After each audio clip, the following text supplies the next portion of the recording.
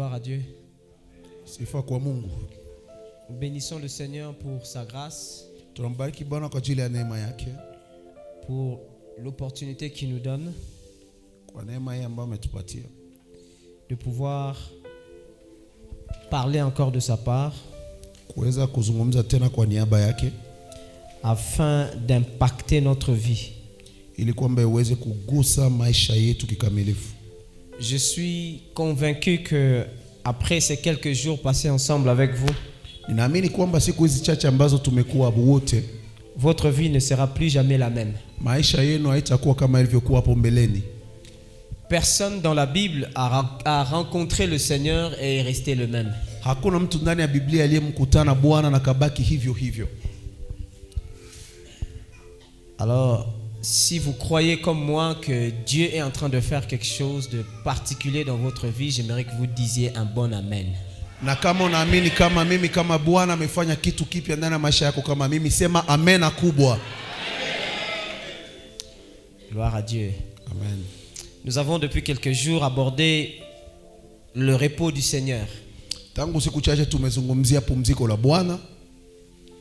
Et nous avons vu ce que David a écrit dans le psaume 23. Na tuliona nini Daudi aliandika kwa Zaburi ya 23. Nous avons compris ensemble que ce psaume est un psaume qui parle de la relation qu'il y a entre un berger et sa brebis. Na tuliona kwamba ni Zaburi ambayo inazungumzia uhusiano kati ya mchungaji na kondoo yake. Nous avons dit que cette relation était caractérisée par la dépendance. Tulisema kwamba uhusiano huo ni uhusiano wa kutegemea.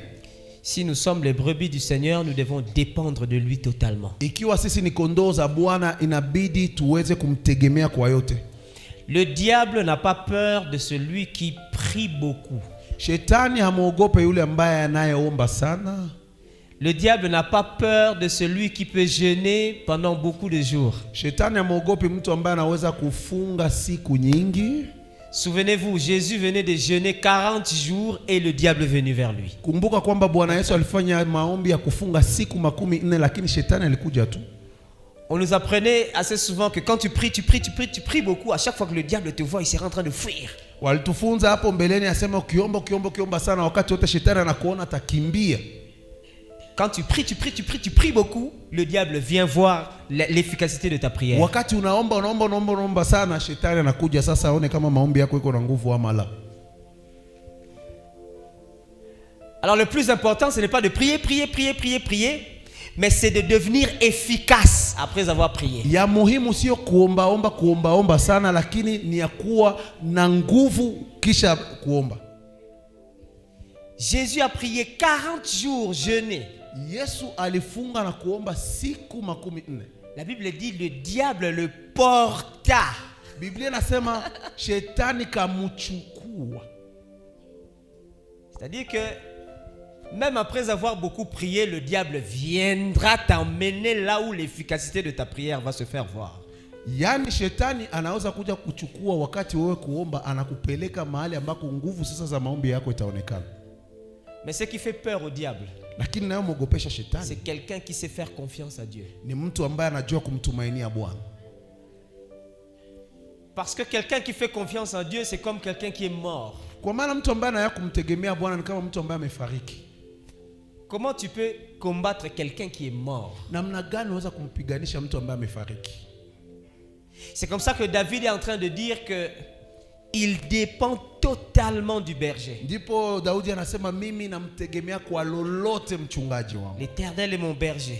Bwana ni mchungaji wangu, je ne manquerai de rien. Sitapungukiwa na kitu. L'Éternel est mon berger.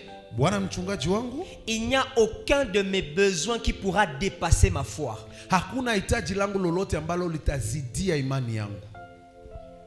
Il n'y a aucun besoin que j'aurai qui va me pousser à rentrer en arrière. Hakuna hitaji nitakayokuwa nayo ambayo itanisukuma mimi nirejee nyuma. Je vois des chrétiens se décourager de la vie chrétienne parce qu'il a demandé quelque chose à Dieu et il ne l'a pas reçu. Naona wakristo wengi wanavunjika moyo kwa sababu waliomba kisha kupata akaviacha. Quand le diable voit ça, il se dit, ah, lui il n'a pas confiance. Wakati shetani anaona hiyo anasema huyu ana matumaini huyu. C'est comme ça que le diable se joue beaucoup de gens qui ont peur, qui n'ont pas confiance en Dieu. Ndipo sasa shetani anawapiga wale ambao wanakuwa na uoga, ambao wamtumainie Mungu. David dit, même si nous allons sur un terrain où c'est désertique, je sais que comme le berger est là, je vais trouver ce dont j'ai besoin. Daudi anasema hata wangenipeleka nafasi ambako ni jangwa tu, najua kwamba nitapata chakula kwa sababu mchungaji mwema yuko nami. Ça ne dépend pas du lieu. Sio kwamba ni eneo tu fulani. Ça dépend de lui. Lakini inamtegemea yeye. Mon bien-être ne dépend pas de où je suis. Ça dépend de avec qui je suis. Kuishi kwangu vizuri haitokane na nafasi inapatikana, lakini inategemea ninakuwa na nani.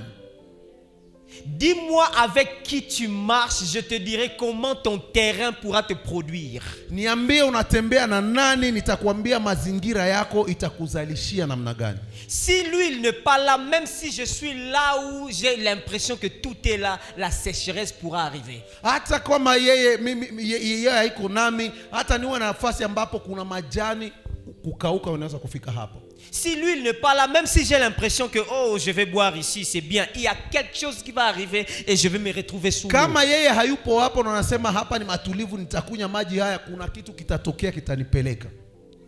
Mais quand lui il est là, lakini wakati yeye yupo hapo, même si je vois qu'ici je peux trouver quelque chose, quand il dit non, je n'y vais pas. Hata naona hapa naweza kupata kitu, yeye akisema hapana na sitakwenda. Il sait ce qui est bon pour moi. Anajua ni nini ya muhimu kwangu. Chers frères et sœurs, j'aimerais vous dire une chose. Kaka na dada, napenda kuambia jambo moja. Il n'y a pas quelqu'un qui vous connaît mieux que celui qui vous a créé. Hakuna mtu anayewajua vizuri sana kuliko yule aliyekuumba. Il connaît votre besoin. Anajua hitaji yako. Vous connaissez vos demandes. Wewe unajua ni nini unayoomba. Mais lui il connaît votre besoin. Lakini yeye anajua hitaji lako ni nini. Il arrive des fois on demande ce dont on n'a pas besoin. Mara tunaomba mambo ambayo sio mahitaji. C'est la preuve que nous sommes encore enfants. Na hiyo ndio hakikisho kwamba sisi ni watoto. Et Dieu en tant qu'un bon père, il ne peut pas te donner ce que tu demandes sachant que ça va te tuer. Na baba kama vile baba, Mungu kama baba mzuri hawezi kupatia kitu unachokiomba kwa maana anajua kinaweza kukuua. Il préfère que tu pleures parce que tu manques ce que tu as demandé, mais il sait que tes pleurs te donnent ton besoin. Yeye anafurahia kwamba ulie kwa sababu katika kulia yako utafikia hitaji ambalo unalolitafuta. Alors David dit dans le verset 3 du psaume 23, wa 3 kwa Zaburi hiyo 23. Il dit il restaure mon âme. Anaumba upya nafsi yangu. Nous avons vu hier que Dieu est celui qui touche, qui pense nos blessures. Tulisema kwamba Bwana ni yeye ndiye anayetunza vidonda vyetu. Quand Jésus est venu dans Luc chapitre 4, après avoir jeûné pendant 40 jours et 40 nuits, wakati Bwana Yesu alikuja siku 40 kwa Luka 4, kisha kufunga siku 40, il vient donner son programme, un peu comme font les politiciens. Anakuja sasa kusema hii ndio itakuwa mpango wangu. Dans son programme, il a dit l'esprit du Seigneur est sur moi parce qu'il m'a oint pour. Anasema Roho Mtakatifu ni juu yangu kwa sababu amenipaka mafuta kwa ajili. Il dit de 1, annoncer la bonne nouvelle aux pauvres. Anasema kutangaza habari njema kwa walio maskini. Il dit ma présence a pour rôle de rassurer tous ceux qui pensent qu'ils n'ont rien, absolument rien. J'ai une bonne nouvelle pour eux. Na anasema mimi uwepo wangu hapa ni kwa watangazia wale wote ambao wanadhani kwamba mimi sina kitu, mimi siko kitu, niko hapa kwa ajili yao. Il dit la deuxième des choses pour guérir ceux qui ont les cœurs brisés. Anasema kitu cha pili kutunza mioyo ambayo iliyovunjika. Jésus sait que même le plus grand médecin du monde ne peut absolument pas guérir un cœur brisé. Bwana Yesu anajua kwamba hata na mganga mkubwa ulimwenguni hawezi kutunza moyo ambao umevunjika. Le médecin pourra te dire oui, je vois que tu as un problème au niveau du cœur, on va te donner quelques médicaments. Lui, il va toucher sur le cœur, mais Jésus touchera dans le cœur. Yule muuguzi yeye anaweza sema ndio naona unakuwa na shida kwenye moyo wako, nitagusa pale kwa moyo, lakini Yesu yeye anagusa ndani ya moyo. Jésus est capable de toucher cette blessure qu'on ne voit pas, mais qui est réelle et qui détruit, qui pourrit une vie. Bwana Yesu Kristo anaweza kugusa hicho kidonda ndani mwako kisichoonekana ambacho kinaharibisha na kinaozesha hata na maisha ya mwanadamu. Parce que ça fait partie des rôles d'un berger, guérir les blessures de ses brebis. Kwa maana hiyo nayo ni mojawapo ya kazi ya mchungaji, kutunza vidonda vya kondoo ambao wameumia. Il dit aussi, il me conduit dans le sentier de la justice. Anasema ananiongoza kwenye njia za haki. Il ne guérit pas seulement mon âme. Hatunzi tu nafsi yangu. Il sait que les blessures de mon âme m'ont amené beaucoup de culpabilité. Na najua kwamba vidonda hivyo ndani ya moyo wangu vililetea majuto mengi. Quand quelqu'un a été beaucoup blessé dans son cœur, il ne sait même plus, il n'est plus sûr qu'il soit juste. Wakati mtu amekuwa na vidonda vingi moyoni mwake, haamini tena kwamba yeye amekuwa kwa mstari. Il a l'impression que tout ce qu'il fait n'est vraiment pas ce qu'il devait faire. Anazani kwamba yote nayoyafanya sio yale ningeyafanya. Un blessé voit le péché partout dans ce qu'il fait. Mtu ambaye ameumia anaona dhambi popote ndani ya maisha yake. C'est comme ça que Jésus commence en tant que bon berger, il commence d'abord par guérir pour que tu commences à te voir maintenant dans le chemin de justice. Sasa Bwana Yesu Kristo kama vile mchungaji mwema anaanza kwa kuponya ili uanze kujiona sasa katika njia ya haki. Quand tu es guéri, tu n'as plus peur. Wakati umeponywa hauna tena woga. Quand tu es guéri, même quand il y a une erreur, tu es capable de rentrer vers le Père pour lui parler. Hata na wakati umeumia, unakuwa na wakati wa kurejea kwa Bwana, unasema nimefanya makosa. Quand on n'a pas encore été guéri dans son cœur, on pense que tout ce qu'on fait de mal, on va forcément être châtié pour ça. Na wakati wote haujapona hivyo vidonda vya ndani, unasema wakati wote nimefanya makosa, watanipa malipizi. Mais quand on est guéri, on sent l'amour à l'intérieur de son cœur. Wakati umepona vidonda hivyo, unasikia upendo ndani mwako. Et la Bible dit la peur n'est pas dans l'amour. Na Biblia inasema woga hauko ndani ya mapendo. Mais le vrai amour arrête, bannit la peur. Lakini upendo wa kweli unapinga na kufukuza mbali uoga. Un enfant qui sait que son père l'aime beaucoup, même quand il a fait une erreur, très vite il va rentrer vers son père, il sait que son père l'aime. Mtoto ambaye anajua kama baba yake anakuwa na mapendo kwake, hata amefanya makosa atakuja kwa baba yake anamwambia baba unisamehe. Un enfant qui connaît la ceinture de son père, qui connaît les souliers là, les talons des souliers là, quand il a déjà fait du mal, il va chercher à se cacher. Lakini mtoto ambaye anajua gisi baba anakuwa na ceinture na wapiga kila siku, ama mama anakuwa anakata kiatu na wakokola, mtoto atakimbia wakati amefanya makosa. Alors David dit, il me conduit dans les sentiers de la justice. Sasa Daudi anasema ananiongoza kwenye njia za haki. Le mot justice là-bas veut dire le sentier où c'est droit. Haki hapa inasema ni njia ambayo imenyooka. Le sentier qui m'emmène vers le chemin jusque là où je dois vraiment aller. Ni njia ambayo inanipeleka hadi hapo ambapo unatarajia kwenda. Frères et sœurs, la raison pour laquelle Dieu nous a appelés des ténèbres à la lumière, c'est pour que nous soyons justes. Kaka na dada, mojawapo wa sababu ambayo Mungu alituita kutoka kwenye giza hadi kwenye mwanga ni ili kwamba tuwe wa haki. David est en train de dire ceci. Daudi anasema hivi. Normalement, lorsque nous sommes sur un terrain désertique. Wakati tunakuwa nafasi fulani ambako ni ukiwa, ni jangwa, où il y a beaucoup de roches, beaucoup de pierres. Mahali ambapo kunakuwa mawe tu. Alors, à chaque fois que les brebis, plusieurs bergers viennent avec leurs brebis. Na hapo wachungaji wengi wanakuja na kondoo zao pour chercher le pâturage. Ili kwamba wapate chakula chao. Alors, il se fait que il n'y a plus, le sentier ne se fait plus vraiment voir. Na inafanyika kwamba hakuna tena njia ambayo itaonekana. Chaque berger est passé et puis ses brebis ont laissé des traces de pattes. On ne voit plus vraiment le chemin le bon chemin, on ne le voit plus. Kila mchungaji alipita hapo na kondoo zake, kondoo zikakanyanga, sasa auone njia nzuri ni wapi. Et les brebis peuvent facilement se perdre en suivant les traces d'autres brebis qui peuvent aller les faire tomber dans la falaise. na kondoo zinaweza kupotea zikifuata tu hiyo nyayo ya miguu za wenzao na kwenda kuanguka kwenye shimo. Alors pendant qu'ils sont sur ce terrain-là, Na wakati wanakuwa eneo hilo, le berger doit se rassurer à chaque fois de marquer de ses pas le sentier que les brebis vont suivre. na mchungaji anapaswa kuhakikisha kwamba anatembea na miguu yake inaacha nyayo pale chini ambako kondoo zitapita. À chaque fois que le berger s'avance un petit peu, il se rassure que les brebis sont juste derrière lui. Wakati mchungaji anatembea, inabidi hakikishe atazame kwamba kondoo zinamfuata nyuma. C'est ça ce que David appelle le sentier de la justice, le sentier droit. Na hiyo ndio Daudi anasema, hiyo ndio njia za haki, njia ambayo imenyooka. Le sentier de la justice ou le sentier droit, c'est le chemin par lequel le berger lui-même il est passé déjà. Njia hiyo ni njia ambayo hata mchungaji mwenyewe amepitia. Frères et sœurs, ce matin j'aimerais que nous comprenions quelque chose. Kaka na dada, napenda leo asubuhi tuelewe kitu. Le chemin que nous sommes censés prendre dans notre vie a été déjà pris par notre berger. Njia ambayo inabidi tuchukue ndani ya maisha yetu, mchungaji wetu amekwisha kuipitia tayari. Nous ne sommes pas censés prendre un autre chemin. Hatuwezi kupita katika njia nyingine.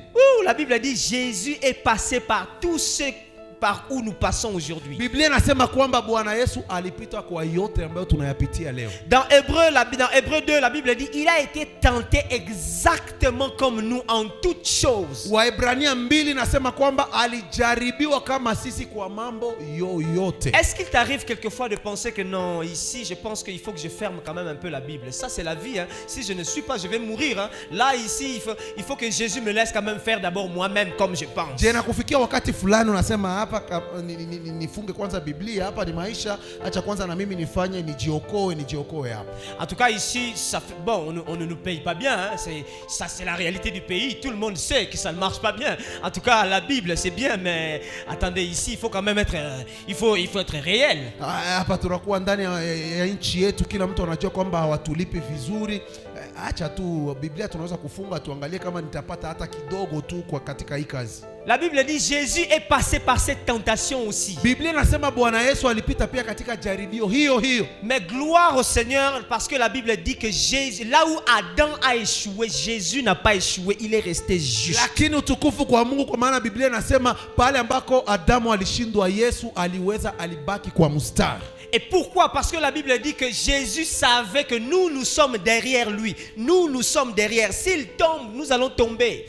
Kwa nini basi? Ni kwa sababu Bwana Yesu alijua sisi tuko nyuma yake, akianguka na sisi tutaanguka. Alors il est très important de savoir que là où nous passons, c'est là où notre maître est déjà passé. Sasa ya muhimu ni kujua kwamba pale ambapo tunapopita mchungaji wetu naye alipita hapo. Et là où nous passons, c'est là où ceux qui viendront après nous vont passer aussi. Donc faisons attention de ne pas tomber. Yani hapo pia ambapo tunapopita tufahamu kwamba wanaokuja nyuma yetu nao watapita hapo, tufanye angalisho tusianguke. Il y a quelque chose qui est arrivé dans la vie du Congolais, dans la vie de l'homme en général, mais le Congolais en particulier. Il s'est dit, ça c'est d'abord mon tour. Moi je vais faire comme je pense. Les autres, ça ne me regarde pas. Ils ont oublié qu'il y a des générations derrière qui dépendent de votre action d'aujourd'hui. Na leo kunakuwa shida kwa ujumla, lakini kwa upekee kwa Wakongomani, wao wanasema tuviharibishe tu, nchi ishakufa na mimi tu nibiue vile. Unasababu kama kuna vizazi vingine ambavyo vinakuja nyuma yako. À chaque fois que vous voulez faire quelque chose, posez-vous la question, si Jésus était à ma place, qu'est-ce qu'il aurait fait? Wakati wote unataka kufanya kitu, jiswali kwamba Yesu ndiye angekuwa kwa hii nafasi yangu hapa, angefanya nini? Vous voulez prendre ces petits 2500 francs, posez-vous la question, si Jésus était là, il allait prendre ça ou pas? Unasema nitwale 2015 franka za Kongo, jiswali kwanza, nikichukua hizi pesa, je, Yesu nangezichukua tu? Le sentier de la justice. Njia ya haki. Le sentier droit. Njia iliyonyooka. La chose qui marque la différence entre les enfants de Dieu et ceux qui ne le sont pas, c'est la droiture, mes frères. Kitu ambacho kinaonesha utofauti kati ya watoto wa Mungu na wale sio, ni huo mstari ambao wanaofuata ndani ya maisha yao. Tout le monde peut prier autant de fois. Kila mtu anaweza kuomba mara nyingi jinsi anataka. Les musulmans prient plus que nous, hein? Na Waislamu wanaomba mara nyingi kuliko sisi. Mais ce qui marque la différence, c'est la justice, la droiture. Lakini tofauti ni hiyo haki, ni huo mstari. J'aimerais dire au peuple congolais, la nation ne changera jamais à force de prières. Napenda kuambia wakongomani, taifa letu halitabadilika kwa kuomba tu. C'est une déception, mais c'est vrai. Ni kuvunjika lakini ni kweli. Proverbe chapitre 14. Methali 14 verset 34. Mstari wa 34. La Bible dit ceci. Biblia inasema hivi. La justice. Sheria. La justice. Sheria ama haki élève une nation. Inainua taifa. Mais le péché, lakini zambi, est la honte des peuples. Ni haya ya mataifa. Alors je ne sais pas quel est ce message, de quelle Bible ça vient, où on nous a dit que si on prie pendant une année, on prie, on jeûne, on va voir que la nation va fleurir. Sasa mimi sijue ni kwa Biblia gani maneno yale yalitokea kusema tukiomba taifa litapanda juu, mambo yatakuwa mazuri. Vous voulez que la nation avance? Unapenda taifa liendelee? Commencez par pratiquer la justice à votre niveau. Anzia kwanza kufanya haki pale ambapo unapopatikana.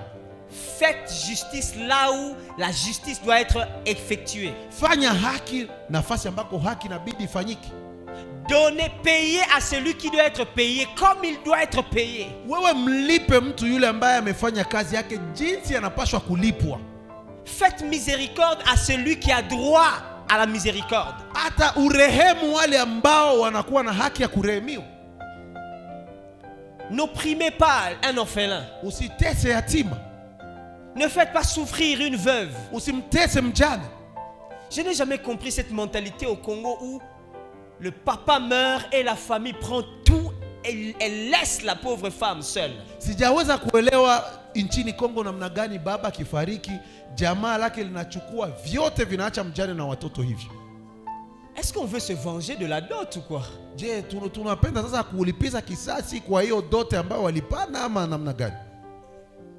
On ne prend même pas la peine de savoir qu'est-ce que les enfants vont devenir. Yani hatuna hata na muda wa kuwaza kusema watoto hao wataishi namna gani. La pauvre femme manque où habiter. Mwanamke yule anakosa hata nafasi ya kuishi. Et nous qui avons pris tout de la femme, on vient à l'église dimanche, on est à l'aise. Na sisi ambao tulichukua vyote kutoka hiyo jamaa, tunakuja kanisani, tunaimba na tunafurahi tu. Gloire à Dieu, Seigneur. Dieu sait qu'il n'y a pas de justice. Mungu anajua kwamba hakuna haki. Ce que la Bible appelle l'iniquité. Biblia yale ambayo inasema kukosa haki. Ce que la Bible appelle l'iniquité. Ile ambayo Biblia inasema kukosa haki. C'est partout où il n'y a pas de justice. La Bible appelle ça iniquité. Nafasi yoyote ambayo hakuna haki, Biblia inasema ni ukosefu wa haki. Et Dieu n'aime pas l'iniquité. Na Mungu hapendezwi na hali hiyo ya kukosa haki. Dieu n'aime pas l'injustice. Mungu hapendi ukosefu wa haki. Vous savez pourquoi? Unajua kwa nini? Parce que pour que nous soyons justifiés, Dieu a dû inverser l'échelle des valeurs. Kwa sababu ili kwamba tuweze kupewa haki, Mungu alibadilisha mambo jinsi yalipaswa kukua. Dieu a fait quelque chose qui pouvait paraître comme injustice en lui-même pour que nous on soit justes. Mungu alibadili jambo ambalo nataka kuonekana kama vile ni ukosefu wa haki ndani mwake ili kwamba sisi tupate haki. La Bible dit que ce que Dieu n'aime pas, c'est qu'on prend quelqu'un qui est injuste et qu'on lui fasse devenir juste, et qu'on prend quelqu'un qui était juste, on le considère comme injuste. Biblia inasema kwamba Mungu hafurahii kumchukua mtu ambaye si mtu wa haki, unamfanya mwenye haki, na yule mwenye haki unamgeuza mtu asiye haki. C'est une abomination, nous dit Proverbe. Mungu ni machukizo makubwa. Prendre quelqu'un qui est injuste et puis le considérer après un jugement, on se dit oh non, lui il est bon, lui il peut pas aller en prison. Pourtant c'est lui qui a tué. La Bible dit c'est une abomination. Mbele ya Mungu kumchukua mtu ambaye sisi sote tunajua huyu ndiye hatia, yeye ndiye aliyeua, lakini sheria inasema huyu hakuua, huyu atoke hataenda katika jela mwingine. Biblia inasema hiyo ni machukizo mbele ya Mungu. Un innocent qui n'a rien fait, finalement on se dit non, lui il doit aller en prison. Dieu n'aime pas ça. Na mtu asiyekuwa na hatia unamchukua unamtia ndani ya jela. Mungu anasema hiyo hapendezwi hata kidogo. Mais quand il a s'agi de nous, Dieu a accepté ça. Il a pris Jésus qui est juste. Il a fait devenir totalement injuste. Lakini wakati sasa ilitufikia sisi, Mungu kamchukua Yesu ambaye alikuwa mwenye haki, akamgeuza asiye haki kwa ajili yetu. C'est pour ça que Jésus était devenu une abomination sur la croix. Ndio hivyo sasa Bwana Yesu kageuzwa kuwa chukizo kwenye msalaba. Parce que nous qui étions injustes, on n'a même rien fait. Nous n'étions même pas nés nous autres. Mais il nous a déjà déclaré quelque part, ils seront justes. Kwa maana sisi wengine ambao hata tulikuwa hatujazaliwa, akaandika akasema hawa watu watazaliwa na ni wenye haki. Alors un enfant de Dieu ne peut pas blaguer avec la justice. Sasa mwana wa Mungu hapashwi kucheza na haki. Frères et sœurs, vaut mieux mourir à cause de la justice. Kaka na dada, ya muhimu ufariki, ni bora ufariki kwa ajili ya haki que de vivre dans l'injustice. kuliko kuishi ndani ya ukosefu wa haki. Dieu est celui qui nous conduit dans le sentier de la justice. Mungu ndiye anayetuongoza katika njia ya haki. Et il a bien dit à cause de son nom. Anasema kwa ajili ya jina Le lake. nom de Dieu n'est pas un nom injuste. Jina la Mungu sio jina la ukosefu wa haki. On ne peut pas pratiquer l'injustice et dire au nom de Jésus. Hauwezi kuishi ukosefu wa haki kisha useme kwa jina la Yesu. On ne peut pas pratiquer l'injustice. Et ça, le Congo est devenu champion en ça. Na leo nchini Kongo tumekuwa mabingwa katika jambo kama na hili. L'église est devenue complètement souillée parce qu'au nom de Jésus, mais derrière, beaucoup d'injustice. Kanisa leo limejaa uchafu, wanasema kwa jina la Yesu, lakini chini kunakuwa ukosefu wa haki mwingi sana. Et l'église n'arrive même plus à jouer son rôle qu'il devait jouer dans le pays. Na kanisa halifanyi tena kazi yake ambayo ilitakiwa kufanya. Beaucoup de saleté, d'injustice. Kunakuwa uchafu mwingi na ukosefu wa haki. Et quand c'est trop, Dieu commence à exposer ces choses. Na wakati imevuka kiasi, Mungu anaanza kuitoa wazi. Mais gloire à Dieu parce que sa justice finit par triompher. Lakini utukufu kwa Mungu kwa maana sheria na haki yake ndio inaonekana wakati wote. Dans l'église du Congo, il arrive une saison où Dieu va faire triompher la justice. Na katika kanisa la Kongo kumefikia msimu mpya ambapo haki ndio itasimama na kuonekana. Dans cette nation, le Congo, il arrive un moment où la justice de Dieu sera la particularité de ce pays. Katika taifa hili la Kongo kunafikia kipindi ambako haki ya Mungu ndio itakayosimama na kuonekana. De la même façon, aujourd'hui, on refuse de te donner le visa parce qu'on sait que les Congolais sont des menteurs. Il arrive une saison où tout le monde entier parlera de la justice dans ce pays. Vivyo hivyo wanavyokatalia visa ili uende Ulaya aseme tunasemaka uongo, hivyo ulimwengu mzima utasema nchini Kongo kuna haki. Dieu a prévu un lavage. Mungu amepangilia kusukulu. Et dans ce pays, il est temps d'écouter la voix de Dieu. Na katika nchi hii ni wakati wa kusikiliza sauti ya Mungu. Un lavage systématique va commencer. Mungu anakuja kusukula kabisa dans le gouvernement, katika serikali, dans les entreprises, katika kampuni, dans l'église, katika kanisa, dans les familles. katika majamaa. Dieu veut donner une nouvelle identité au Congo. Anataka kuleta ujio mpya ndani ya watu. À cause de son nom. Kwa ajili ya jina lake. Dieu reconnaît que quelque part au Congo, son nom est prononcé avec justice. Mungu anajua kwamba nafasi fulani nchini Kongo wanasema jina lake na haki. Il ne laissera pas l'injustice triompher. Hata acha ukosefu wa haki ndio endelee kushinda nchini Kongo. Alors ceux qui vont accepter de suivre le bon berger vont être épargnés. Sasa wale ambao watakubali kumfuata huyu mchungaji mwema, wao watawekwa kando. Ceux qui ne vont pas suivre le bon berger, wale ambao watamfuata mchungaji mwema, allant trouver leur propre chemin, wakifuata njia zao wenyewe, ils vont se retrouver quelque part en train de tomber dans une falaise. Nafasi fulani ambako wataanguka ndani ya shimo kubwa. À cause de son nom. Kwa ajili ya jina lake. Dans le verset 4, David dit, na kwa mstari wa 4 Daudi anasema, il dit d'abord déjà que il me conduit vers le sentier droit. Anasema ameniongoza katika njia ya haki. Donc je suis épargné de tomber quelque part dans une falaise. Yani siwezi kuanguka nafasi fulani katika shimo. Je suis épargné de tomber là où je vais me perdre pour mourir. Yani ameniepusha na kuanguka nafasi fulani ambako unaweza kufariki. Il dit ça c'est une dimension. Anasema hiyo ni kiwango fulani. Il y a une autre dimension qui arrive. Kuna kiwango kingine. Il dit dans le verset 4, même quand je marche dans la vallée de l'ombre de la mort. Anasema hata nijapopita katika bonde la uvuli wa mauti. En fait, la vallée de l'ombre de la mort, c'est pas vraiment ce que les Français disent, c'est pas la mort là-bas.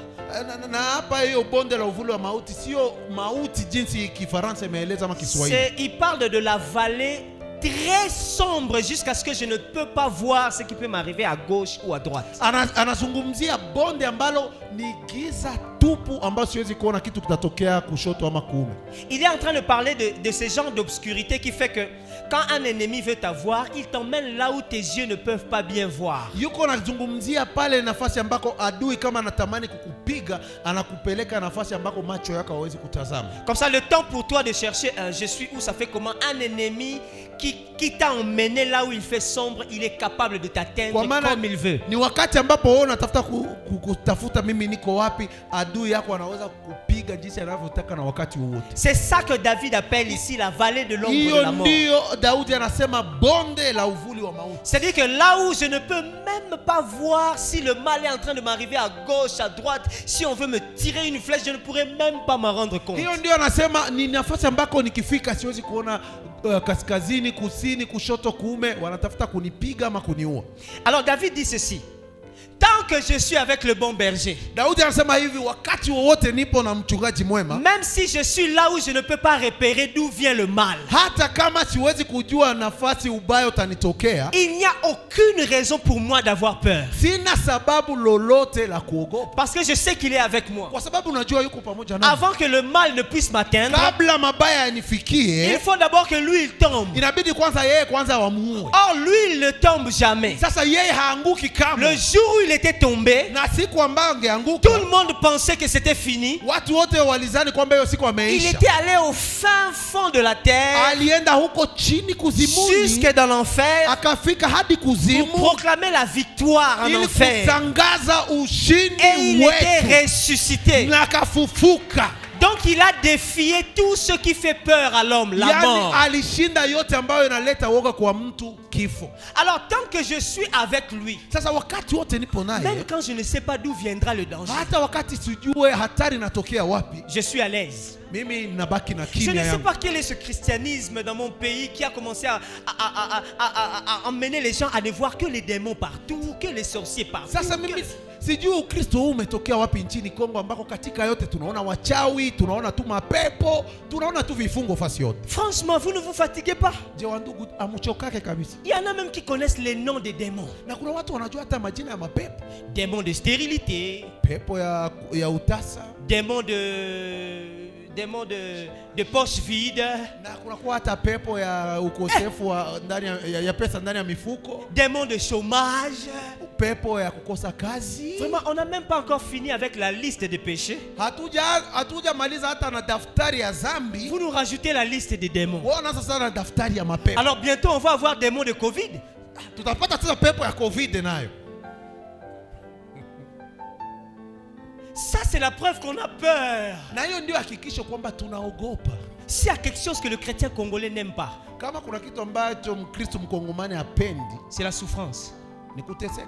Le chrétien congolais a peur de souffrir. Mkristo mkongomani anaogopa kuteseka. Dès qu'il a fait un jour, là, 2 jours, poche vide, siku amefanya siku moja ama mbili, mfuko hakuna kitu, anasema baba nakufa. Seigneur, tu m'as laissé. Seigneur, baba umeniacha. Qu'est-ce que je vais faire? Umeniacha ndaishi yae. Baba, pourquoi m'as-tu abandonné? Umeniacha kwa nini baba? C'est quoi cette peur-là? Woga huo umetokea wapi? Comment tu témoigneras de la force du berger si tu ne passes pas par la vallée de l'ombre de la mort? Sasa namna gani wewe utaenda mbali na nguvu za mchungaji kama upitie katika bonde la uvuli wa mauti? La vallée de l'ombre de la mort est une occasion pour Dieu de manifester sa gloire. Bonde la uvuli wa mauti ni nafasi ya Mungu kuonyesha utukufu wake. Si Israël n'était pas en captivité, Dieu n'allait pas montrer sa force devant Pharaon. Ikiwa Waisraeli hawangekuwa utumwani, Mungu hakuwa nafasi ya kuonyesha nguvu zake mbele ya Farao. Et si cela n'avait pas eu lieu, il n'allait pas se retrouver devant la mer Rouge. Na kama hiyo haingetokea, hawangefika mbele ya bahari ya Shamu. Alors je crois que le Congolais, il est comme un enfant d'Israël qui regarde la mer rouge et dit Seigneur, la mer rouge encore, enlève la mer rouge s'il te plaît. Sasa mkongomani nadhani ni kama vile Mwisraeli ambaye anakuwa mbele ya bahari ya Shamu. Bahari ya Shamu Mungu ondoa. Oh, Dieu a prévu la mer rouge pour démontrer sa capacité de la diviser en deux afin que tu passes. Kitu Mungu amepangilia bahari ya Shamu ili kuonesha uwezo wako ya kuipasua mara pili ili kwamba njia ionekane ndani. Attention, il y a une deuxième chose. Na kunakuwa kitu cha pili. Dieu a prévu aussi la mer rouge pour montrer que partout où lui il a ouvert un chemin pour ses enfants, il ne l'a pas ouvert pour les ennemis. Na Mungu alitia bahari ya Shamu ili kuonesha kwamba nafasi yote amefungua njia kwa mwana wake, sio njia ya maadui. Quand les ennemis ont voulu entrer, il y a un chemin, ils sont entrés et l'eau est redevenue Wakati normale. maadui walisema njia inakuwa hapa tupite, waliingia maji kakuja La kuwafunika. chose que toi tu veux que Dieu enlève, c'est la seule chose qui pourra vaincre tes ennemis aussi. Kitu ambacho uko naomba Mungu kwamba ondoa, hicho ndicho ambacho Mungu anapenda aoneshe maadui zako kwamba yuko. La souffrance que tu es en train de vouloir que Dieu enlève dans ta vie, Dieu veut leur montrer que toi tu peux passer, mais eux ils peuvent pas. Mateso yale ambayo uko unapitia ndani, Mungu anapenda kuonesha kwamba wewe unaweza kupitia hao, lakini hao maadui hawezi kupita hapo. Hey Seigneur, au travail aujourd'hui, il y a empoisonnement partout. Maintenant, moi, je vais faire comment? On veut m'empoisonner, on veut faire ci. Hey Seigneur, quand le diable regarde ça, il dit, lui là, il n'a pas. Sasa unasema, mkazi yetu yuko patia watu tu masumu, naogopa. Sasa shetani anasema, na huyu bure. C'est pour ça que je vous dis, tout ce dont vous avez besoin, mes frères, se trouve ici. N'allez pas loin, ici là. Yote ambayo tunatafuta iko ndani ya Biblia. On me dit, on veut t'empoisonner. Wanasema wanataka kupatia sumu. Je dis merci beaucoup. Voici ce qui est écrit. Nasema shukrani, ona inayoandikwa ndani ya Biblia. Voici les miracles qui accompagneront ceux qui auront cru. Ona sasa miujiza itakayofuatana na watakaoamini. Ils boiront des breuvages mortels. Watakunywa sumu. Et cela ne leur fera rien. Lakini hiyo haitawazuru. Parce que ma vie ne se trouve plus dans le sang. Kwa maana maisha yangu sio ndani ya damu. Ma vie ne dépend plus de ce corps. Maisha yangu siko tena ndani ya mwili. Ma vie est cachée dans l'esprit de celui qui est mort pour me donner la vie. Maisha yangu imefichwa ndani ya nafsi ya yule aliyefariki na si tu kufufuka kwa ajili empoisonnes yangu. mon corps, Ukitia sumu kwa mwili wangu, mon esprit va le régénérer. nafsi yangu itaumba upya. Si tu empoisonnes mon sang, wewe ukitia sumu ndani ya damu yangu, l'esprit de celui qui est devenu vivifiant fera Alléluia. vivifier mon corps. Nafsi ya yule ambaye anapana maisha itakuja ndani mwangu na Je italeta suis maisha. devenu invincible tant que le bon berger est là. Nimekuwa mtu ambaye huwezi kumpiga wakati wowote mchungaji mwema amekuwa naye. Lui-même, il est entré dans la vallée de l'ombre de la Yeye mort. mwenyewe alipita katika bonde la uvuli wa mauti. Il a rencontré la mort. Alikutana na mauti. Il a prévu un temps où il va ligoter la mort. Na ametayarisha wakati ambako atafunga mauti. La Bible dit qu'il y a un temps où Dieu va prendre et la mort et Satan, il va les lier. Biblia inasema kuna wakati kifo hata na shetani Mungu atawafunga. C'est-à-dire que même la mort sait déjà d'avance que le combat a été perdu. Hata na kifo anajua kwamba tangu zamani amekwisha kupoteza vita. Parce que ceux qui sont en Christ ressusciteront. Kwa maana walio ndani ya Yesu Kristo watafufuka. Donc la mort attend seulement le jour où on a prévu pour lui. Ce jour-là, on lui dira, mon ami, toi-même viens, on te ligote et puis on te jette dans le feu. Yani hata kifo anajua kwamba kuna siku fulani wamekwisha kumtayarishia, watamwambia kuja, tunakufunga, tunakutupa ndani ya ziwa la moto. Alors pourquoi toi, un enfant de celui qui a vaincu la mort, mon Dieu, tu as peur de la mort? Sasa wewe mwana yule ambaye aliyeshinda kifo, unaogopa kifo namna gani? Même quand tu marches dans la vallée de l'ombre de la mort, là où il y a des complots contre toi, tu ne sais pas. Je vais vous dire une chose, vous n'avez pas besoin de savoir qui complote contre vous. Hata wewe wakati unapitia nafasi ambako kunakuwa njama juu yako, nitakwambia kitu, usiogope, aseme nijue nani anakuwa na njama juu yangu. Les chrétiens de mon pays vont maintenant, je vais voir un homme de Dieu qui me dise qu'est-ce qu'il y a dans ma famille. Je vais voir un homme de Dieu qui me dise parce qu'on m'a dit, il paraît que notre oncle est sorcier. J'aimerais qu'il me dise quand même tout, qu'il me dise tout. Sasa Wakristo wa Kongomani leo wanasema ndaenda kwa muonaji aniambie kosa kwa balozi mfamie yetu, kosa ni mjomba, anihakikishie kabisa kama ni mjomba njoo mulozi mfamie yetu. Où est-ce que vous avez vu ça dans la Bible? Sasa wao uliona hivyo ndani ya Biblia wapi? Où est-ce que vous avez vu des chrétiens aller consulter des prophètes pour qu'on leur dise combien de démons, combien de sorciers ont bloqué leur vie? Sasa wao uliona Wakristo ngapi walienda kuonana na manabii wawaambia sema kunakuwa wachawi ngapi, kunakuwa mapepo ngapi ndani ya maisha yao? Tu n'as pas besoin. Hauhitaji mambo kama na hayo. Franchement, j'ai pas le temps. Sina muda. Je n'ai pas le temps. Il faut que j'aille travailler, il faut que j'aille chercher de l'argent.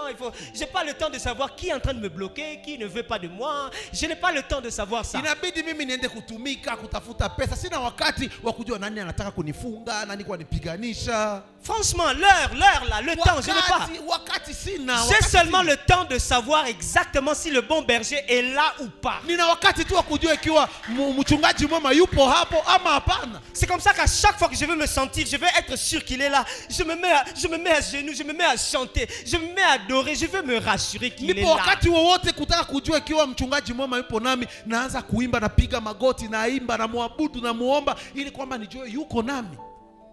J'ai besoin de savoir s'il est là. Napenda kujua ikiwa mchungaji mwema yuko Si nami. Jésus n'est plus là dans ma vie, je suis mort. Kama Yesu hayupo tena maishani mwangu, nimefariki. C'est lui qu'il faut pour ma vie. Ni yeye ndiye anahitajika ndani ya maisha yangu. Une fois il m'est arrivé, j'étais en train de dormir. Wakati mmoja nilikuwa nikilala, Et puis j'ai senti vraiment, on dirait, j'ai senti d'abord quelque chose au niveau des plafonds. J'ai dit, bon, ça doit être des souris. nikasikia kitu fulani kinapita huko juu kwa plafond, nikasema hizi ni panya tu. Après j'entends un pas. Wakati nikasikia kitu kinalia pouf. Et puis je sens, on dirait des pas dans la maison. Nikasikia inakuwa kama vile ni miguu ya watu wanatembea nyumbani. Vous savez, en ce moment-là, tous les messages qu'on t'a donnés là-bas, ça commence à revenir dans la tête. Unajua wakati wote kama walikupatia kama ujumbe, maujumbe yote yanaanza kurudia mkichwa. Donc c'est vrai, hein? Nasema kwamba ni kweli tu. Et puis je me suis réveillé. Sasa nikaamka. Quand je me suis réveillé dans la panique, je me suis dit, il faut que je prie, il faut que je prie. Nikaamka nikasema inabidi niombe. J'ai senti la voix de Dieu me poser une question. Nikasikia sauti ya Mungu inaniswali. Tu veux faire quoi? Unataka fanya nini? Et je vais prier, je vais combattre, Mimi nataomba, mimi natapigana sasa hapa. À partir de ce jour-là, Tangu siku hiyo j'étais ridicule. nilikuwa na Vous savez, il y a haya. des jours où tu sens quelque chose dans ton cœur, Dieu te parle et tu as l'impression que tu es ridicule vraiment. Unasikia kitu ndani mwako, Mungu anakuzungumza, kisha unajisikia mwenyewe uko na haya. Parce qu'en fait, ma première pensée devait être, est-ce que le bon berger est là? Kwa maana fikira yangu ya kwanza nilipaswa kufikiri, je, mchungaji mama yuko nami? J'ai été libéré depuis ce jour-là, je vous jure. Tangu siku hiyo C'était nilifunguliwa. une grande délivrance pour moi. Ilikuwa ni ufungulivu mkubwa C'est-à-dire kwangu. que désormais, quand je dors, Wakati wowote ninapolala sasa, je sais même en dormant, mon esprit, mon âme là est en train d'adorer encore. najua hata wakati nimelala nafsi yangu iko kimwabudu Mungu. C'est-à-dire que dès que j'entends quelque chose comme ça, pouf, Yaani wakati nikisikia hata kitu pu je nyumbani, me réveille. naamka, Je dis, oh, nasema le diable, j'ai pas le temps pour toi. Moi, il faut que je dorme. Demain, sasa j'ai des choses à faire. Shetani ni wewe tu, acha tu nilale. Mungu yuko hapa. Je ne peux pas m'agenouiller pour commencer à combattre celui qui a déjà été vaincu. Siwezi kuamka ili kwamba nianze piganisha yule ambaye amekwisha kushindwa zamani. Si je me lève, c'est pour lui dire que j'ai besoin de dormir. J'ai pas besoin de dérangement. Nikiamka tu ni kumwambia tu, Bwana usinisumbue huku, natamani kulala. Vous pensez quoi? Quand vous priez, parce que vous avez vu les démons, vous avez vu, quand vous priez, vous priez qui? Sasa wakati unaomba unasema sasa nimeona mapepo. Sasa unapoomba unaomba nani? Le démon, il est là. Le diable, tu sens que le diable est là. Toi, tu veux aller prier qui?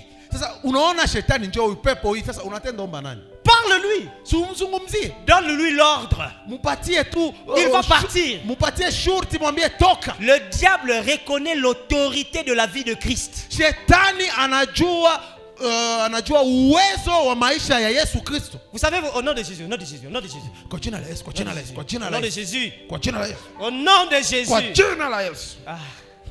Même un chien sait que ce monsieur a peur. Hata na imbo inajua kwamba mtu yeye anaogopa. Les esprits savent quand vous avez peur. Hata na mapepo yanajua wakati unaoga. Ils savent, même quand vous n'avez pas encore parlé, ils savent aussi que qu'est-ce que nous t'avons fait? Tu es venu pour nous perdre. Ils disaient ça de Jésus. Jésus n'avait encore rien dit. Hata wakati Yesu hajazungumza lolote, wanamtazama tu, mapepo yanaanza kulalamika, unatutakia nini? Waliogopa kwa maana walijua ni Ne Yesu. perdez pas vos paroles de prière à Satan. Usipoteze maneno yako ya maombe kwa shetani. Passez du temps dans l'adoration du Dieu vivant et quand vous verrez le diable, donnez-lui l'ordre. Pitisha wakati wako kwa kumwabudu Mungu. Wakati utamwona shetani, wampatie tu shurti, oda, toka. Une fois, j'étais revenu du Sénégal. Wakati mmoja anatoka nchini Senegal, J'arrive à la maison, j'ai trouvé une nièce. Nafika nyumbani nakutana mtoto wa dada yangu. On me dit, tonton Eric, cette nièce ici, depuis, ça fait déjà une année, elle est en train de tomber. On ne sait pas qu'est-ce qui arrive. C'est-à-dire que quand elle est comme ça, et puis à un moment, on voit ses yeux cligner, et puis elle part. Et à Wakaniambia un moment, elle revient. mjomba Eric, huyu dada ni mwaka moja anakuwa anaanguka macho nafungana hivi anaanguka kisha baadaye tena anasimama tujui ni nini. Frère, j'aimerais vous donner une colère du Saint-Esprit. Ndugu, napenda kukupatia hasira ya Roho Mtakatifu. J'ai dit quoi? Nikasema nini? Cet enfant est né déjà très difficilement. Mtoto huyu alizaliwa kwa mazingira mazito sana. C'était une grossesse indésirable pour sa mère. Ilikuwa ni ujauzito ambao mamake hakutamani. Mais quand cet enfant est né, Dieu nous a dit que cet enfant serait une servante de Dieu. Na wakati alizaliwa Mungu alituambia kwamba mtoto huyu atakuwa mjakazi wake. Alors quelle est cette affaire qui commence à faire que l'enfant tombe tout et tout?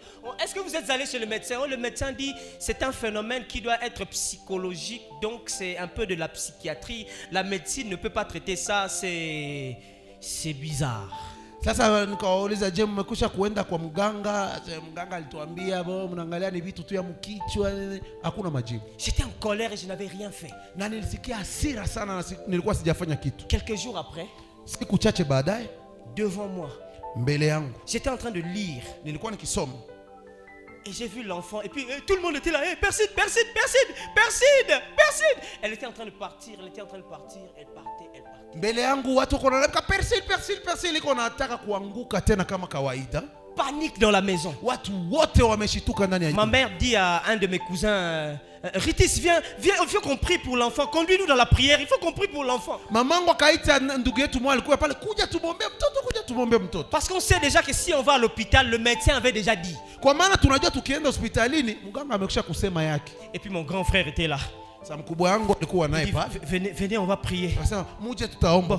On va commencer d'abord par demander pardon à Dieu. On ne sait jamais si on a des péchés en nous avant de commencer par prier. Tutaanza kumomba Mungu huruma kwa maana tujue kama tuko na dhambi ndani mwetu. Franchement. Franchement. Pendant que vous faites ça, si on est venu prendre l'enfant, vous allez intervenir quand? Wakati kama walikuja kumchukua huyo mtoto, wewe utapigana saa ngapi? Ça prouve qu'il ne connaît pas sa relation avec Dieu. Yaani hiyo inaonyesha kwamba hajui uhusiano na Mungu wake. Il faut quand même qu'on demande déjà pardon avant de commencer les prières. Tuanze kwanza kuomba Mungu huruma mbele tuombee huyo mtoto. Frère, j'aimerais vous dire une chose. Napenda kuambia kitu ndugu. Quand tu es enfant de Dieu, kama wewe ni mwana wa Mungu, ce n'est pas une erreur que tu as commise hier qui va faire que Dieu refuse d'être ton père. Sio ubaya ambao uliofanya jana ndio ambao utafanya kwamba Mungu asiwe tena baba yako. C'est-à-dire que ce n'est pas parce que hier tu avais commis une erreur qu'aujourd'hui un démon tu peux pas le chasser. Non. Sio kwamba ulifanya makosa jana ndio hauwezi kufukuza pepo leo ama kesho. À moins que tu ne sois pas enfant de Dieu de vrai. Uenda usio mwana wa Mungu kweli kweli. Tu es enfant d'un papa. Uko mtoto wa baba fulani. Et puis il te voit vouloir te faire cogner d'une voiture, il va pas intervenir. Anaona gari nataka kukugonga pale, hata kimbia kukuokoa. Parce qu'il était en colère contre toi. Kwa sababu alikuwa na hasira ya yale ambayo uliyafanya jana. Non. Hapana. Ton erreur tu vas régler avec papa à la maison. Makosa yako utatengeneza na baba. Mais il ne permettra pas à quelqu'un de t'attaquer en route. Lakini hata hakikisha kwamba mtu akupige. L'enfant est en train de partir. Mtoto yuko akienda. On va demander pardon à Dieu parce que j'ai dit ça c'est quelle bêtise, emmenez-moi ma guitare. Nikasema mtoshe wewe ujinga pale mulete gitare yangu. Ils étaient là en train de oui Seigneur pardonne-nous vraiment on a eu des conflits dans la famille. Kulikuwa na mizozo katika l'enfant est en train de partir. Mtoto yuko akienda. Un conflit qui devait régler depuis longtemps, c'est maintenant qu'il veut régler ça. Sasa jambo ambalo alifanya zamani, mizozo ambayo angepasha kusuluhisha, sasa yeye anataka kuisuluhisha. J'ai pris ma guitare. Nikachukua gita yangu. J'ai mis la caisse de la guitare contre la tête de l'enfant qui était tombé. Nikatia gita yangu kwa kichwa cha mtoto hapo. J'ai dit quelque part je connais dans la Bible un jeune homme qui a joué une harpe. Nikasema fasi fulani Biblia nisikia mtu ambaye alipiga kinanda. Et les esprits se calmaient dans Saül.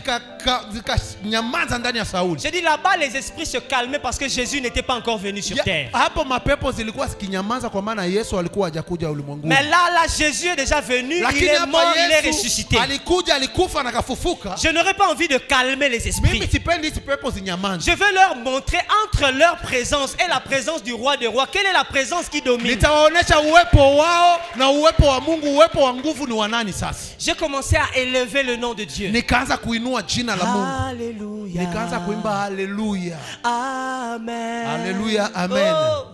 Alléluia, Alléluia.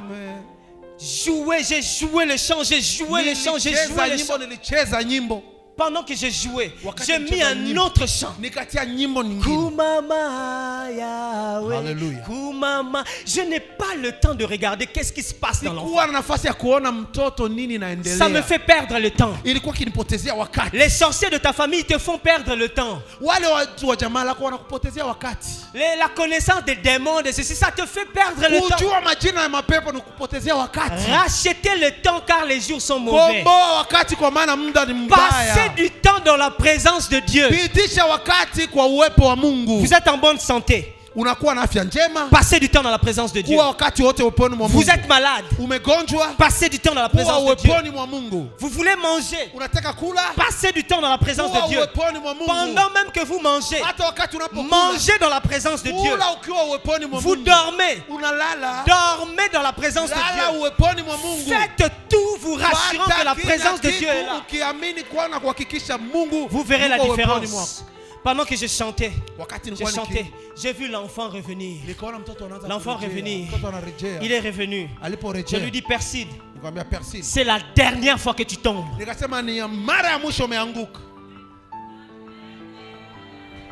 C'était en 2013. Jusqu'aujourd'hui, cet enfant n'est plus jamais tombé.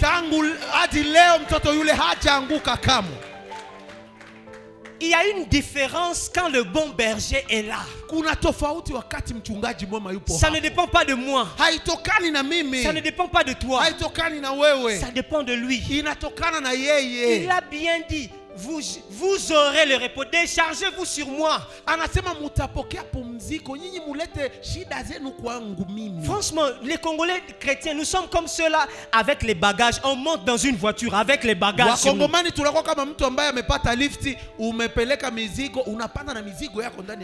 Jésus a dit déchargez-vous sur moi. Prends ta charge là, ta charge là. Famille, sorcier, tout ça là. Mets ça sur lui. Dis-lui, bon, ça là c'est à toi. Moi, je vais m'occuper de l'adoration. Je suis sûr qu'il y a une saison nouvelle qui commence dans ta vie. À partir d'aujourd'hui, j'aimerais déclarer dans ta vie, il y a une nouvelle saison de repos qui commence. Passe du temps dans la présence de Dieu. Passe du temps à louer le Seigneur. On vient de t'annoncer une mauvaise nouvelle. Première réaction. Ne prends pas le téléphone, s'il te plaît.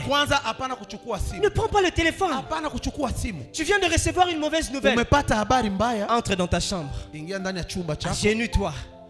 Et commence à élever le nom de Dieu. J'aimerais nous inviter à nous lever pour élever le nom de Dieu maintenant.